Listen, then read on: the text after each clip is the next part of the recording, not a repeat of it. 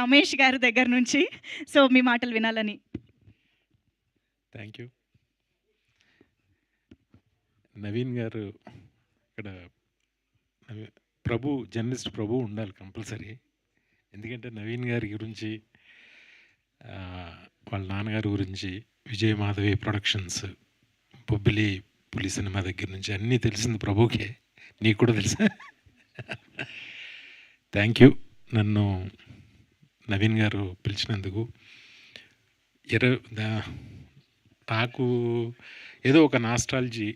నేను అసిస్టెంట్ డైరెక్టర్గా, అంటే కో డైరెక్టర్గా నేను పనిచేసిన నా ఆఖరి చిత్రం ఒడ్డే నవీన్ గారు హీరో. ఆయన సినిమాకే పనిచేశాను. ఆయన సినిమాకి పనిచేస్తుండగా నాకు ఆది సినిమా వచ్చింది డైరెక్టర్గా. అది బెల్లంకొండ సురేష్ గారే తీశారు నవీన్ గారితో. ఈయన సినిమాకే నేను స్విట్జర్లాండ్ వెళ్ళినప్పుడు నాకు ఎన్టీఆర్ పరిచయం. కానీ ఆదికి నాంది నవీన్ గారి సినిమా. అక్కడ పనిచేయటం వల్ల అది వచ్చింది. Thank you. నన్ను ఎంతో ప్రేమగా, ఎంతో ఇష్టంగా, ఎంతో ఇదిగా చూసేవారు నవీన్ గారు. ఒకరోజు ఆయన కెరియర్లో ఆయన చేసిన 90% సినిమాలు, 90% కంటే పైనే ఆయన ఇష్టంగా చేసినవి కాదు. అది నేను ఆయన మనసులోకి దూరి నేను చెప్పగలను. ఎందుకంటే నేను పనిచేసింది ఒక సినిమా అయినా కూడా ఆయన చాలా మదన పడుతూ ఉండేవారు. ఏదైనా సీన్ వచ్చినప్పుడు ఏంటిది ఇలా ఏదో పాపం ఒకలా రెస్ట్లెస్గా ఉండేవాడు ఆయన. నాకు అర్థమయ్యేది అది. ఒకరోజు నేను అనుకోకుండా ఒక సీన్ ఏదో రాశాను. ఇది ఎవరు రాశారని అడిగాడు ఆయన. అడిగితే నేను మామూలు రైటర్ పేరు ఎవరో రాశారన్నాను. బట్ ఆయనకి మనసులో కనిపెట్టి ఆ రోజు మధ్యాహ్నం నన్ను భోజనానికి పిలిచాడు ఆయన.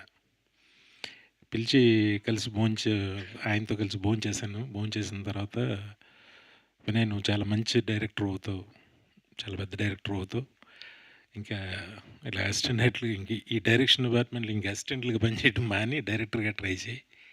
నీకు ఏ సపోర్ట్ కావాలన్నా సరదా మన ఆఫీస్లో కూర్చో, అది అని నన్ను ఎందుకో నన్ను చాలా ఇష్టంగా చూసేవారు. Thank you sir. దానికి ఇప్పటికీ పాపం ఆయనకి ఎప్పుడు తృప్తిగా అయితే నేను కరెక్ట్ అయితే మీరు ఆయనకి నచ్చి ఎప్పుడు పాపం ఏ సినిమా కూడా ఆయనకు నచ్చి పూర్తిగా నచ్చి చేసినవి చాలా తక్కువ సినిమాలు ఉంటాయి. ఎందుకంటే ఆయన ఫ్యామిలీ బ్యాక్గ్రౌండ్ కావచ్చు, ఆయన పెరిగిన విధానం కావచ్చు, అప్పటికి ఆయనకి తెలిసిన, ఆయన చూసిన సినిమాలు, ఆయనకి తెలిసిన ప్రపంచం, దానికి ఈక్వల్గా అప్పుడు ఇక్కడ ఎవరు లేరు నిజంగా. ఎందుకంటే వాళ్ళ ఇన్ఫ్లుయెన్స్. మేము స్విట్జర్లాండ్ నుంచి వస్తుంటే కాస్ట్యూమరు ఫ్లైట్లో సిగరెట్ కాల్చాడు టాయిలెట్లో. మేము ఫ్లైట్ ఇది ల్యాండ్ అయ్యేసరికి AK-47 గన్స్తో వచ్చేసారు. ఆ కాస్ట్యూమర్ని అరెస్ట్ చేశారు. ఎవరికి ఏం తెలీదు. చెన్నైలో జస్ట్ ఒడ్డే నవీన్ గారు ఎవరితో ఈయన జస్ట్ ఒక ఫోన్ కాల్ చేసి మాట్లాడారు. వెంటనే బయటకు వచ్చాడు. ఓ ఇంత ఇన్ఫ్లుయెన్స్డ్ అయినా అనుకున్నాను నేను అప్పుడు. కానీ ఆయన వెళ్ళాల్సిన స్థాయికి ఎదిలేరని నేను అనుకోను. కానీ ఈ సినిమా పెద్ద హిట్. ఎక్కడి నుంచైనా ఆయనకి నచ్చిన సినిమాలు, మంచి సినిమాలు రావాలని మనస్ఫూర్తిగా కోరుకుంటున్నా. ఈ సినిమాతో ఫస్ట్ టైం డైరెక్టర్గా వస్తున్న కిషోర్, కమల్ కానీ అందరికీ, టీం అందరికీ మంచి సక్సెస్ రావాలని మనస్ఫూర్తిగా కోరుకుంటున్నా.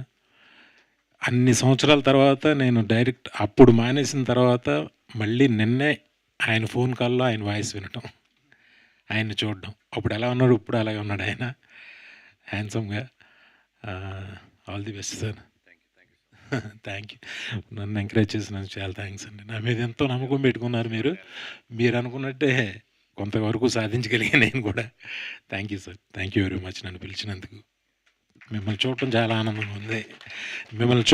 ఆనందంగా ఉంది. చాలా exciting. Thank you very much.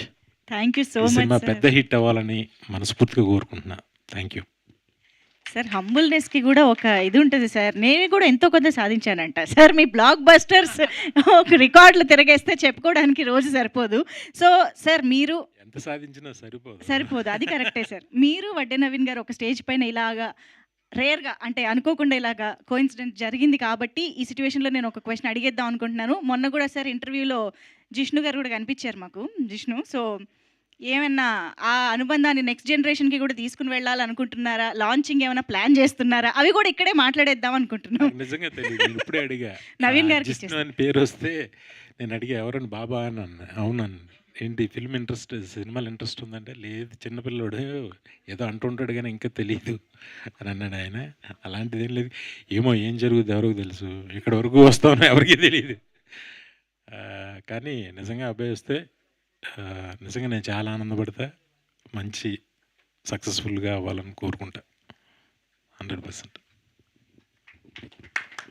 Yes. And ఆ లాంచింగ్ మీ బ్లెస్సింగ్స్ ద్వారా కూడా జరగాలి అని మనస్ఫూర్తిగా కోరుకుంటున్నాం sir. Thank you so much. So Naveen గారికి నేను అప్పుడే ఇవ్వను మైక్. లాస్ట్‌లో విందాం ఆయన మాటలు. So thank you so much.